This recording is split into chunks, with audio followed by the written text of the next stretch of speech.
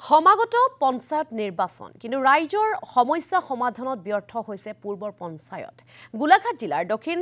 গুৰুজুগনিয়াৰ গাঁও পঞ্চায়তৰ এটা অঞ্চলৰ পথ নিৰ্মাণকে ধৰি বিভিন্ন সমস্যা সমাধান নোহোৱাত ৰাইজে ক্ষোভ উজৰা পৰিলক্ষিত হৈছে গতিকে ৰাইজৰ ওচৰত উপস্থিত হৈছিল আমাৰ সাংবাদিক মুস্তাক হুছেইন গতিকে মুস্তাক হুছেইনৰ কাষলৈ আমি পোনপটীয়াকৈ গৈছো মুস্তাক হয়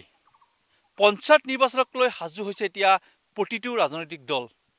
কিন্তু পূৰ্বৰ পঞ্চায়তসমূহে তেওঁলোকে কি কাম কৰিলে তেওঁলোকৰ নিজ নিজ এলেকাত তেওঁলোকে ভালদৰে কাম কৰিলে নে নকৰিলে ৰাইজে কি কয় সকলো দিশ সামৰি আমি আহি উপস্থিত হৈছোহি এতিয়া পূৰ্বৰ খুমটাই সমষ্টিৰ অন্তৰ্গত আৰু বৰ্তমান দেৰগাঁও সমষ্টিৰ অন্তৰ্গত দক্ষিণ গুৰুজুগনিয়া গাঁও পঞ্চায়তত আমি উপস্থিত হৈছোহি সেই বিশেষ গাঁও পঞ্চায়তটোৰ যি পূব ৰাংঢালীৰ শইকীয়া চুক আছে সেই শইকীয়া চুকৰ এটা পথত দৃশ্য এই মুহূৰ্তত আমি মোৰ সহযোগী কৈলাসে দেখুৱাব যে চাওক পথটো নিশ্চিতভাৱে জৰাজীৰ্ণ ৰূপ ধাৰণ কৰিছে ঠায়ে ঠায়ে গাঁতৰ প্ৰকাণ্ড গাঁতৰ সৃষ্টি হৈছে আৰু পূৰ্বৰ যিখন পঞ্চায়তৰ যিগৰাকী সভাপতি আছিলে সেই সভাপতিগৰাকীয়ে তেওঁ ভালদৰে কাম নকৰাৰ অভিযোগ আছে ৰাইজ আছে মই কথা পাতিম তেওঁলোকৰ লগত এইসকল সাধাৰণ ৰাইজ এইসকল তেওঁলোকে পূৰ্বৰ পঞ্চায়তে কি কাম কৰিব পাৰিলে নোৱাৰিলে সকলো তেওঁলোকে আমাৰ আগত ক'ব কিন্তু তাৰ পূৰ্বে মই পথৰ দৃশ্যটো দেখুৱাইছোঁ চাওক এয়া এই পথটোৰ বিভিন্ন এই পথটো যদি আপুনি চাবলৈ যায় ঠায়ে ঠায়ে এই ধৰণে গাঁতসমূহ সৃষ্টি হৈছে প্ৰথমতে মই দাদা আপোনাৰ ওচৰলৈ আহিছোঁ যে পূৰ্বৰ আপোনাৰ যিগৰাকী সভাপতি আছিলে বা যিগৰাকী জনপ্ৰতিনিধি আছিলে কাম কৰিব পাৰিলে নোৱাৰিলে তেনেই নোৱাৰিলে আমাৰ মানে দিব্যপ্ৰকাশ নাৰায়ণ যিজন সভাপতি আছিলে পঞ্চায়তৰ দক্ষিণ গুৰুজুগনিয়া গাঁও পঞ্চায়তৰ অন্তৰ্গত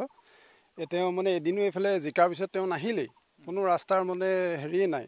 তেওঁ এদিনো আমাক দেখাই নিদিলে আকৌ এইবাৰ তেওঁ এতিয়া নতুনকৈ আকৌ এতিয়া ZPC কাৰণে তেওঁ টিকেট পাইছে তেওঁ আৰু কি কাম কৰিব সেইটো ৰাইজে গম পাব আপোনালোকে ৰাস্তাটো যে পথটো যে বেয়া আপোনালোকে তেওঁলোকক অভিযোগ দিছিলে অভিযোগ আমি দিছিলোঁ মৃণাল শইকীয়াৰ ওচৰতো দিছিলোঁ আমি ছবাৰ গৈছোঁ মৃণাল শইকীয়াৰ ওচৰলৈ এই আমাক 4বাৰমান যাওঁতে তেতিয়া কৈছিলে যে আমাক মানে এইবাৰ আহিব নালাগে আপোনালোক এইবাৰ যদি মই ৰাস্তা বনাই নিদিওঁ আমি মোৰ গালে বোকা ছটিয়াই দিব তেনেকৈ বুলি তেওঁ কৈছিলে মৃণাল শইকীয়া ডাঙৰীয়াই কৈছিলে আৰু সভাপতিগৰাকীয়ে কি কৰিলে সভাপতি ডাঙৰীয়া একো নকৰিলে তেওঁ নাহিলে আমাৰ ইয়ালৈ জিকাৰ সময়ত ভোট বিচাৰি আহিছিলে ভোট বিচাৰি আহিছিলে আহি পেলাই দ্বিতীয়বাৰ আৰু তেওঁ ইয়াত প্ৰদৰ্শন নকৰিলে তেওঁ এতিয়া আকৌ আহিব ৰাইজে এতিয়া কিদৰে লয় আৰু সেইটো ৰাইজৰ কথা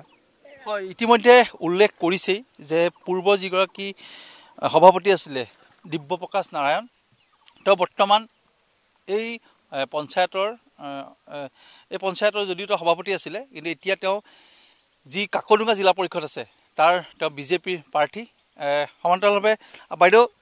কি হ'ব এতিয়া পথটো নহ'লে পথটো আৰু হ'ব লাগে আমি যিজন উঠিছিলে সেইজনক মই দেখিয়ে নাপালোঁ কিন্তু মই আজিলৈকে ক'বলৈ নাজানিম দেখাই নাই নহয় আমাৰ ভোট বিচাৰি আহোঁতে দেখিছিলোঁ চিনি নাই এতিয়া আমি ইয়াত আৰু কেনেকৈ জানিম নাই দেখা আজিলৈকে দেখাই নাই মই চিনিও নাপাম অঁ নাজানো মই সেইজনৰ নামটো এখেতৰ মুখেৰে শুনিছোঁ এতিয়া হয় আটাইতকৈ লক্ষণীয় কথাটো হ'ল পূৰ্বৰ পঞ্চায়তসমূহে কি কাম কৰিলে তাৰ এখন আমি জীয়া ছবি দেখুৱাবলৈ মুহূৰ্তত যত্ন কৰিছোঁ ঠায়ে ঠায়ে গাঁত কি ক'ব এতিয়া পূৰ্বৰ পঞ্চায়তে কাম নকৰিলে এতিয়া কি হ'ব এইবাৰ দেখিছোঁ যে কাকডোঙা আপোনালোকৰ জিলা পৰিষদৰ এইবাৰ খেলিব যিজন সভাপতি হয় আমাৰ ৰাস্তাটো হ'লে ৰাইজৰ সুবিধা হয় আৰু আমাৰ এতিয়া আগত নামঘৰ এভাগ আছে আপোনাৰ পূব ৰাংঢালী নামঘৰ বুলি কয় আজি অলপ দিনৰ আগত ভাগৱত হৈ গ'ল আমাৰ আপোনাৰ এজন কি কয় আমাৰ দেৰগাঁও সমষ্টিৰ বিধায়ক তেখেতৰ ওচৰলৈও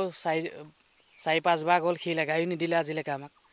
সেইকাৰণে ৰাস্তাটো হ'লে আমাৰ ভাল হয় আৰু কেনেকৈ ধৰণে সংযোগ হৈছে ৰাস্তাটো এইটো আমাৰ নাহৰণি চুকুৰাআলিৰ পৰা আপোনাৰ হাতীএখোৱা এই গোলাঘাট যিটো আমাৰ সংযোগী পথ তাত লাগিছে কিমান মানুহ আছে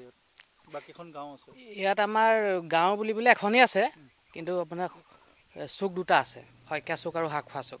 আৰু এয়া গোলাঘাটৰ পৰা আমাক কিছু পৰিৱেশ দেখুৱালে আমাৰ সাংবাদিক মুস্তাক হুছেইনে তেওঁক এই মুহূৰ্তত আমি ধন্যবাদ জ্ঞাপন কৰিছোঁ